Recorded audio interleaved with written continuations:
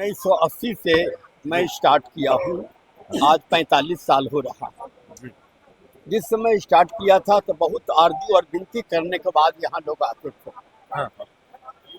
200, 100, 200 इससे ज़्यादा नहीं आते तो 400, 500 फिर बढ़ते गया। 500, 1000, 2000, 3000, 4000, 5000, 10,000, 20,000, 25,000, 50,000, 1 लाख, 2 लाख, 3 लाख, 4 लाख, अब 5 और 6 लाख के बीच में भीड़ आती है। अच्छा, ये भीड़ कहाँ की होते हैं? ये मैंने बाबा चौहरमल स्मारक समिति और राष्ट्रीय महोत्सव कमेटी जो बनाई गई है राष्ट्रीय स्तर पर, उसको लेकर के मैं बिहार के अलावे उड़ीसा और झारखंड, मध्य प्रदेश, दिल्ली, हरियाणा, उत्तराखंड, इस चारों तरफ मैंने सभी जगह जाके बाबा चौहरमल का फोटो और किताब लेकर प्रचार प्रसार किया कि अगर बुद्धिजीवियों में और विद्वानों में अगर डॉक्टर भीमराव अंबेडकर का नाम लेते हैं, विद्वान में डॉक्टर भीमराव अंबेडकर हैं और बुद्धिमान में संत रविदास हैं, दलितों के अंदर ठीक वीर में, वीर महापुरुष में बाबा चौहरमल का नाम लिया जाता है। तो वीर, विद्वान और बुद्धिमान तीनों की जयंती एक साथ होनी चाहिए, तब आगे लोग बढ़ेंगे। यानी कि ये आपका सोच है? हमारी सोच है कि हो सकता है अगले साल मैं यहाँ संत रविदास का भी और अंबेडकर का भी और बाबा चौहरमल का तीनों को, कि मैं विद्वान, बुद्धिमान और वीर, विद्वान, बुद्धिमान तीनों की जयंती एक साथ हम मनाएं और यह संदेश यह 4D से पूरे देश में जाएगा, जहां वीर और विद्वान और बुद्धिमान तीन को कहीं पूजा होता है और हम चाहेंगे इस तीनों का पूजा हो।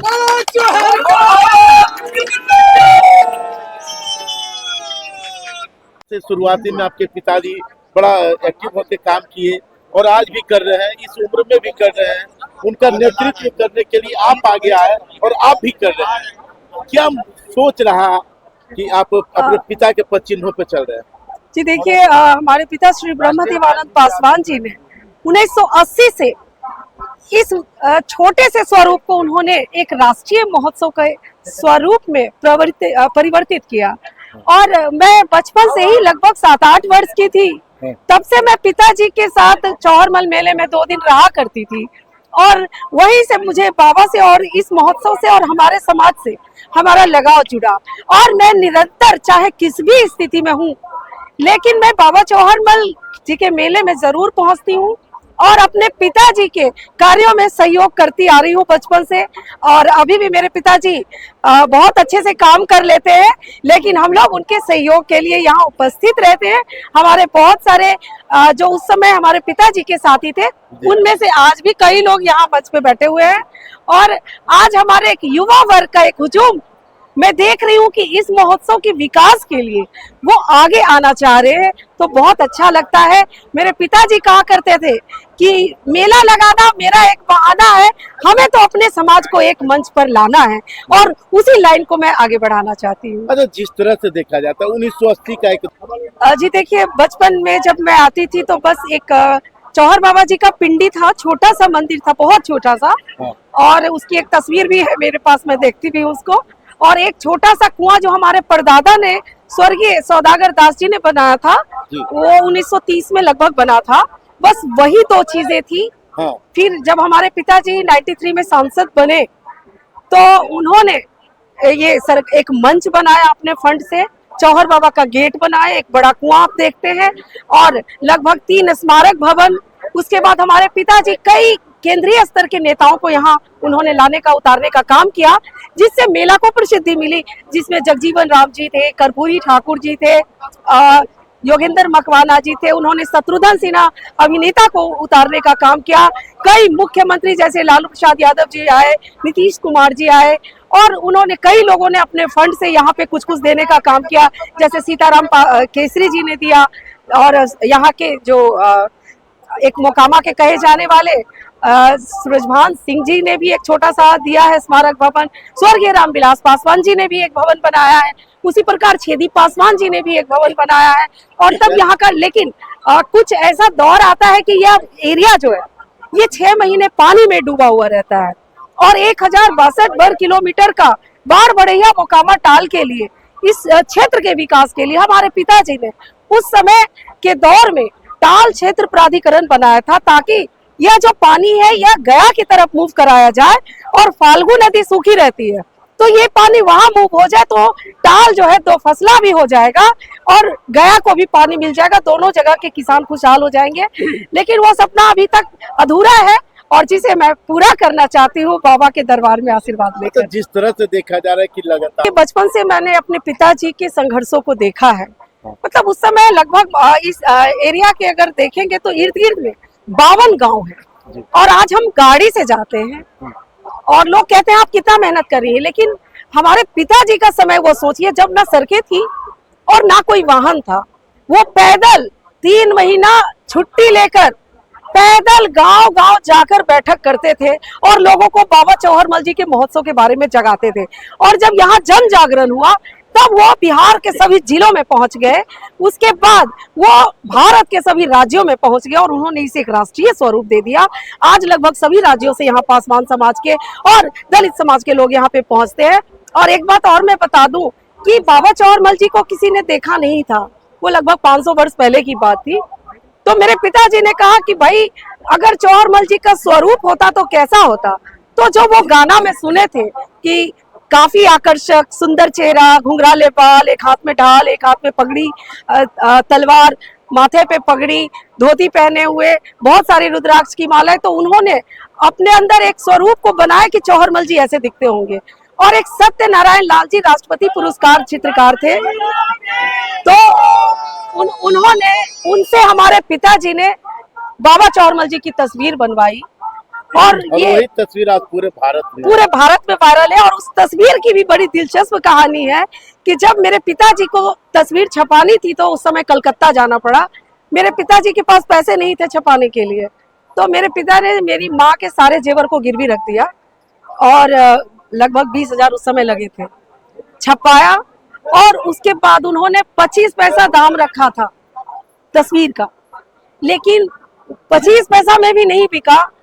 तो हमारे समाज के लोगों के पास उस समय आर्थिक स्थिति दयनीय थी, तो हमारे पिताजी ने उसको फ्री में बंटवाना शुरू किया, और बिहार से लेकर उन्होंने उत्तर प्रदेश, झारखंड, बंगाल, हरियाणा, पंजाब, राजस्थान, और आज उसी का यह देन है, संघर्ष का देन है कि आज बाबा चौहरमल जी को इस रूप में लोग देख रहे हैं। तो आपको बताते, शुरुआती में आपके पिताजी बड़ा एक्टिव होते काम किए और आज भी कर रहे हैं, इस उम्र में भी कर रहे हैं। उनका नेतृत्व करने के लिए आप आगे आए और आप भी कर रहे हैं। क्या सोच रहा कि आप अपने पिता के पद चिन्हों पे चल रहे हैं? जी देखिए, हमारे पिता श्री ब्रह्मदेवानंद पासवान जी ने 1980 से इस छोटे से स्वरूप को उन्होंने एक राष्ट्रीय महोत्सव के स्वरूप में परिवर्तित किया। और मैं बचपन से ही लगभग 7-8 वर्ष की थी, तब से मैं पिताजी के साथ चौहरमल मेले में 2 दिन रहा करती थी, और वहीं से मुझे बाबा से और इस महोत्सव से और हमारे समाज से हमारा लगाव जुड़ा। और मैं निरंतर चाहे किस भी स्थिति में हूँ, लेकिन मैं बाबा चौहरमल जी के मेले में जरूर पहुंचती हूँ और अपने पिताजी के कार्यों में सहयोग करती आ रही हूँ बचपन से। और अभी भी मेरे पिताजी बहुत अच्छे से काम कर लेते हैं, लेकिन हम लोग उनके सहयोग के लिए यहाँ उपस्थित रहते हैं। हमारे बहुत सारे जो उस समय हमारे पिताजी के साथी थे, उनमें से आज भी कई लोग यहाँ मंच पे बैठे हुए हैं। और आज हमारे एक युवा वर्ग का एक हुजूम मैं देख रही हूँ कि इस महोत्सव के विकास के लिए वो आगे आना चाह रहे हैं, तो बहुत अच्छा लगता है। मेरे पिताजी कहा करते थे कि मेला लगाना मेरा एक बहाना है, हमें तो अपने समाज को एक मंच पर लाना है, और उसी लाइन को मैं आगे बढ़ाना चाहती हूँ। अच्छा, जिस तरह से देखा जाता है 1980 का एक जी देखिए, बचपन में जब मैं आती थी तो बस एक चौहर बाबा जी का पिंडी था, छोटा सा मंदिर था, बहुत छोटा सा, और उसकी एक तस्वीर भी है मेरे पास, मैं देखती भी हूँ उसको। और एक छोटा सा कुआं जो हमारे परदादा ने, स्वर्गीय सौदागर दास जी ने बनाया था, वो 1930 में लगभग बना था। बस वही 2 चीजें थी। फिर जब हमारे पिताजी 93 में सांसद बने, तो उन्होंने ये एक मंच बनाया अपने फंड से, चौहर बाबा का गेट बनाया, एक बड़ा कुआं आप देखते हैं, और लगभग 3 स्मारक भवन। उसके बाद हमारे पिताजी कई केंद्रीय स्तर के नेताओं को यहाँ उन्होंने लाने का, उतारने का काम किया, जिससे मेला को प्रसिद्धि मिली, जिसमें जगजीवन राम जी थे, कर्पूरी ठाकुर जी थे, योगेंद्र मकवाना जी थे। उन्होंने शत्रुघ्न सिन्हा अभिनेता को उतारने का काम किया। कई मुख्यमंत्री जैसे लालू प्रसाद यादव जी आए, नीतीश कुमार जी आए, और उन्होंने कई लोगों ने अपने फंड से यहाँ पे कुछ कुछ देने का काम किया, जैसे सीताराम केसरी जी ने दिया, और यहाँ के जो एक मोकामा के कहे जाने वाले सूरजभान सिंह जी ने भी एक छोटा सा दिया है स्मारक भवन। स्वर्गीय रामविलास पासवान जी ने भी एक भवन बनाया है। उसी प्रकार छेदी पासवान जी ने भी एक भवन बनाया है। और तब यहाँ का, लेकिन कुछ ऐसा दौर आता है कि यह एरिया जो है ये 6 महीने पानी में डूबा हुआ रहता है, और 1062 वर्ग किलोमीटर का बाढ़ बढ़ैया मोकामा टाल के लिए, इस क्षेत्र के विकास के लिए हमारे पिताजी ने उस समय के दौर में टाल क्षेत्र प्राधिकरण बनाया था, ताकि यह जो पानी है यह गया की तरफ मूव कराया जाए, और फाल्गु नदी सूखी रहती है तो ये पानी वहां मूव हो जाए तो टाल जो है 2 फसला भी हो जाएगा और गया को भी पानी मिल जाएगा, दोनों जगह के किसान खुशहाल हो जाएंगे। लेकिन वो सपना अभी तक अधूरा है, और जिसे मैं पूरा करना चाहती हूँ बाबा के दरबार में आशीर्वाद लेकर। तो जिस तरह से देखा जा रहा है कि लगातार बचपन से मैंने अपने पिताजी के संघर्षों को देखा है। मतलब उस समय लगभग इस एरिया के अगर देखेंगे तो इर्द गिर्द में 52 गांव है, और आज हम गाड़ी से जाते हैं, और लोग कहते हैं आप कितना मेहनत कर रही है, लेकिन हमारे पिताजी का समय वो सोचिए जब ना सड़कें थी और ना कोई वाहन था, वो पैदल 3 महीना छुट्टी लेकर पैदल गांव गांव जाकर बैठक करते थे और लोगों को बाबा चौहरमल जी के महोत्सव के बारे में जगाते थे।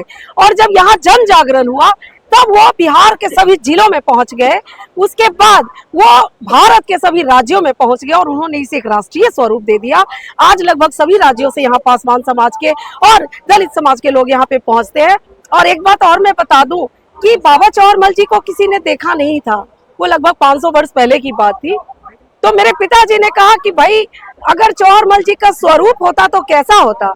तो जो वो गाना में सुने थे कि काफी आकर्षक, सुंदर चेहरा, घुंघराले बाल, एक हाथ में ढाल, एक हाथ में पगड़ी, तलवार, माथे पे पगड़ी, धोती पहने हुए, बहुत सारी रुद्राक्ष की मालाएं, तो उन्होंने अपने अंदर एक स्वरूप को बनाया कि चौहरमल जी ऐसे दिखते होंगे।